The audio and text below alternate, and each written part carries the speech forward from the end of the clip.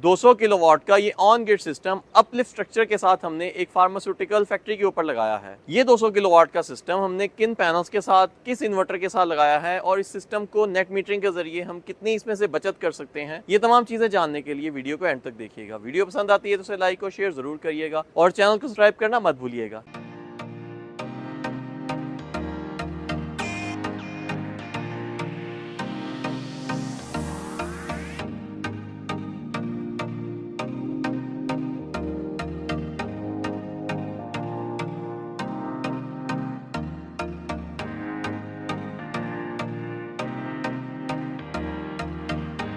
मेरा नाम है वकास खलीक और स्मार्ट सोलर की आज की वीडियो लाहौर के एक इंडस्ट्रियल एरिया में फार्मास्यूटिकल फैक्ट्री से है। ये ऐसी फार्मास्यूटिकल फैक्ट्री है जहाँ पे बहुत हैवी डीप फ्रीजर्स भी होते हैं, फ्रिजेस भी होती हैं, प्लस HVACs हैं, मतलब बहुत हैवी एयर कंडीशनर्स हैं जो कि फार्मास्यूटिकल फैक्ट्री को ठंडा करने के लिए इस्तेमाल होते हैं। प्लस बहुत हैवी किस्म की मशीनरी भी है जो कि दवाइयाँ मैन्युफैक्चर करते हुए इस्तेमाल होती हैं। तो इन तमाम चीज़ों को चलाने के लिए हमने एक 200 किलोवाट का ऑन ग्रिड सिस्टम का इंतखाब किया है। इस जगह पे जो यहाँ पे ये सिस्टम लगा हुआ है, यहाँ पे बहुत बिजली के हैवी बिल्स आते थे, जैसे तमाम इंडस्ट्रियलिस्ट बिजली के महंगे बिलों से परेशान है, इसी तरह से ये लोग भी परेशान थे। लेकिन इन्होंने बिजली के महंगे बिलों से निजात दिलाने के लिए स्मार्ट सोलर का इंतखाब किया और 200 किलोवाट के से इस अपलिफ्ट स्ट्रक्चर के साथ ऑन ग्रिड सिस्टम का इंतखाब किया। अपलिफ्ट स्ट्रक्चर लगाने का मकसद ये था क्योंकि यहाँ पे बहुत कॉम्पैक्ट छत है और सोलर सिस्टम की रिक्वायरमेंट भी ज़्यादा थी, यहाँ पे इनकी कंजम्पशन भी ज़्यादा है, तो इसी वजह से हमने यहाँ पे L2 L3 का नॉर्मल स्ट्रक्चर नहीं लगाया, सो दैट के बीच में जो गैप है उसको भी कवर किया जा सके और मैक्सिमम नंबर ऑफ पैनल्स को लगाया जा सके। यहाँ पे हमने AE सोलर के 550 वाट के सोलर पैनल इस्तेमाल किए हैं। ये एक जर्मन ब्रांड है, टियर 1 का ब्रांड है और 550 वाट मोनोपर्क हाफ कट टेक्नोलॉजी के ये पैनल्स हैं। ये पैनल्स कम धूप में भी काम करते हैं और फॉगी एरियाज में भी काम करते हैं, रेनी डेज हैं उनमें भी काम करते हैं और हाई टेम्परेचर्स के ऊपर भी ये काम करते हैं। तो इसी वजह से हमने ये पैनल्स का इंतखाब किया है। ये पैनल्स 12 साल वारंटी के साथ आते हैं। इसके ऊपर जो हमने अपलिफ्ट स्ट्रक्चर लगाया है उस पर आप देख सकते हैं कि हमने तमाम अपलिफ्ट स्ट्रक्चर की जो बेसिस हैं उनकी कंक्रीट पैडिंग की है। छत को काट के RCC लेवल तक गए हैं और उसके बाद कंक्रीट पैडिंग करने का मकसद ये था कि सीपेज और जो वाटर ड्रेनेज का भी सिस्टम रहे और सीपेज की वजह से छत डैमेज ना हो, प्लस आंधी तूफान में भी ये स्ट्रक्चर इंटैक्ट रहे, कभी स्ट्रक्चर को डैमेज ना हो। और स्ट्रक्चर क्योंकि डैमेज होता है तो उसके साथ ही पैनल्स भी डैमेज हो जाते हैं। पैनल्स के अंदर माइक्रो क्रैक्स डेवलप होते हैं, अगर स्ट्रक्चर वाइब्रेट भी कर रहा हो तो भी इसमें पैनल्स में माइक्रो क्रैक्स आ सकते हैं। तो ये पैनल्स वैसे तो माइक्रो क्रैक फ्री है, लेकिन फिर भी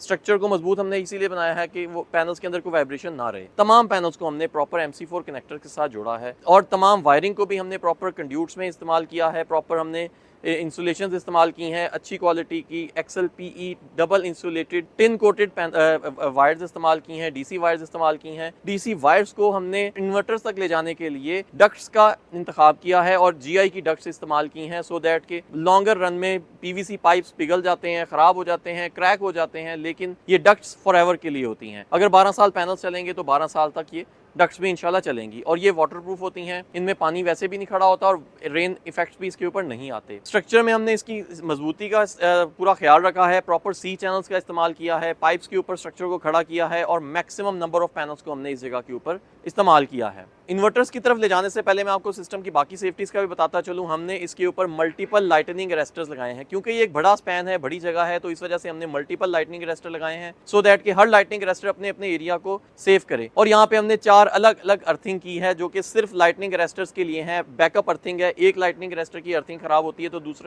दूसरी वाली अर्थिंग काम करेगी और तीसरी वाली अर्थिंग भी काम करेगी और चारों को हमने आपस में कॉमन किया हुआ है जो कि आसमानी बिजली से बचने के लिए भी इस्तेमाल होगी, प्लस इस बिल्डिंग की सेफ्टी के लिए भी इस्तेमाल होगी। इसके साथ साथ हमने पैनल टू पैनल अर्थिंग के लिए सेपरेट DC अर्थिंग की है और इन्वर्टर्स को अर्थ करने के लिए सेपरेट AC अर्थिंग भी की है।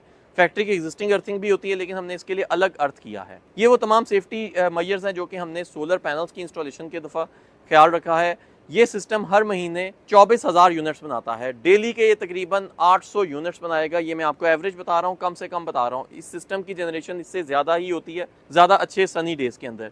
24,000 में आपको एवरेज बता रहा हूँ, तो 24,000 यूनिट्स की ये प्रोडक्शन ग्रीन मीटर के ज़रिए एक्स्ट्रा जो यूनिट्स होते हैं वो ग्रिड को दे दिए जाते हैं। पहले तो ये इस फैक्ट्री के अंदर ही इस्तेमाल हो जाते हैं और बचे हुए यूनिट्स ग्रीन मीटर के ज़रिए एक्सपोर्ट हो जाते हैं और उसके बाद जो यूनिट्स रात के टाइम इस्तेमाल होते हैं यहाँ, क्योंकि ये फैक्ट्री दिन रात चलती है, तो रात के टाइम की कंजम्पशन दिन के दिए हुए एक्सपोर्टेड यूनिट्स में एडजस्ट हो जाती है। तो ये ग्रीन मीटरिंग के जरिए यहाँ पे बिल भी बहुत कम हो जाता है। अगर हम 24,000 यूनिट्स की 50-55 रुपए पर यूनिट के हिसाब से भी कैलकुलेशन करते हैं तो ये तकरीबन ये बचत जो है वो 13.5 लाख रुपया पर मंथ की बचत होती है। तो अब मैं आपको इस सिस्टम पे लगने वाले इन्वर्टर्स की तरफ लेके आया हूँ। यहाँ पे हमने 2 इन्वर्टर्स का इंतखाब किया है। 110 किलोवाट का एक इन्वर्टर है, ये सोलेक्स कंपनी का इन्वर्टर है। ये इन्वर्टर 5 साल वारंटी के साथ आता है, 10 साल आफ्टर सेल्स के साथ आता है, और ये 5 साल तक वारंटी में इसके अंदर IP65 इन्वर्टर है। अगर पानी भी चला जाए, कोई इस तरह का प्रॉब्लम आ जाए तो वो भी कवर होती हैं।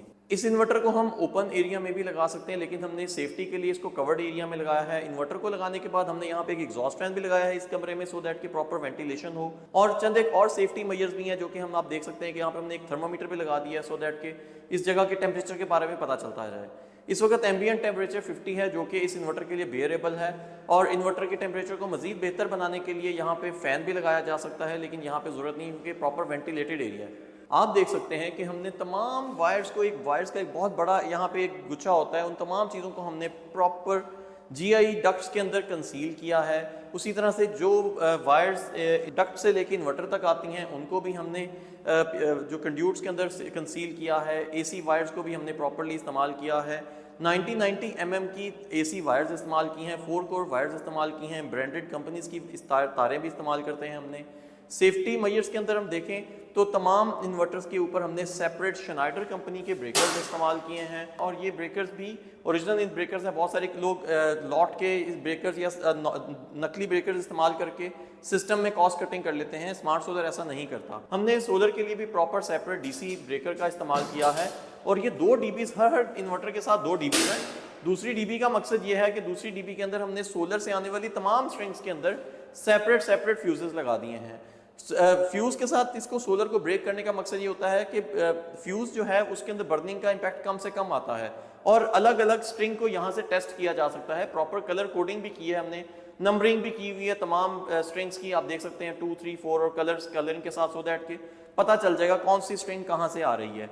और आप पूरी DB बॉक्स के अंदर उसकी ड्रेसिंग भी देख सकते हैं कि हमने तमाम DB बॉक्सेस के अंदर वायर्स को भी प्रॉपर PVC डक्ट्स के अंदर कंसील किया हुआ है, और कभी भी किसी फ्यूज के अंदर कोई प्रॉब्लम आएगा तो आइडेंटिफाई हो सकता है, और सिर्फ वही स्ट्रिंग बंद होगी जिसका फ्यूज बंद होगा।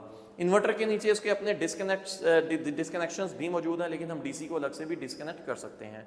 इसी तरह से ये इन्वर्टर ऑनलाइन मॉनिटरिंग के साथ आता है। पूरी दुनिया में किसी भी जगह पे मौजूद हो तो आप मोबाइल एप्लीकेशन के जरिए ओवर द वाईफाई ये तमाम डाटा मोबाइल के ऊपर आपको देता रहेगा, और हमारे नॉक सेंटर के अंदर भी इसका तमाम डाटा आता रहता है। और इसके साथ साथ इस इन्वर्टर की सेफ्टी प्रोटेक्शंस की बात करें तो हमने DC और अर्थिंग की, जैसे मैंने आपको पहले बताया, वो बाहर की है पैनल्स के साथ। इसी तरह से AC अर्थिंग भी अलग से यहाँ पे की हुई है, सो दैट कि इन्वर्टर सेफली प्रोटेक्टेड रहे। यही 2 इन्वर्टर्स नेट मीटरिंग के जरिए चलते हैं, और तमाम एक्स्ट्रा यूनिट्स को ये रिवर्स भी करते हैं। इन्वर्टर्स के ऊपर भी डेली प्रोडक्शन, पास्ट प्रोडक्शन और चंद एक बेसिक डेटा आ रहे होते हैं, लेकिन ये तमाम डेटा की डिटेल्स आपको अपने मोबाइल एप्लीकेशन के ऊपर ही मिलेगी। अगर आप अपनी फैक्ट्री में या अपने घर में या दफ्तर में इस तरह का एक अच्छी क्वालिटी का सिस्टम लगाना चाहते हैं तो आप स्क्रीन पर दिए गए नंबर के ऊपर रब्ता कर सकते हैं। मैं उम्मीद करता हूँ कि आपको आज की वीडियो पसंद आई होगी। वीडियो पसंद आती है तो उसे लाइक और शेयर ज़रूर करिएगा।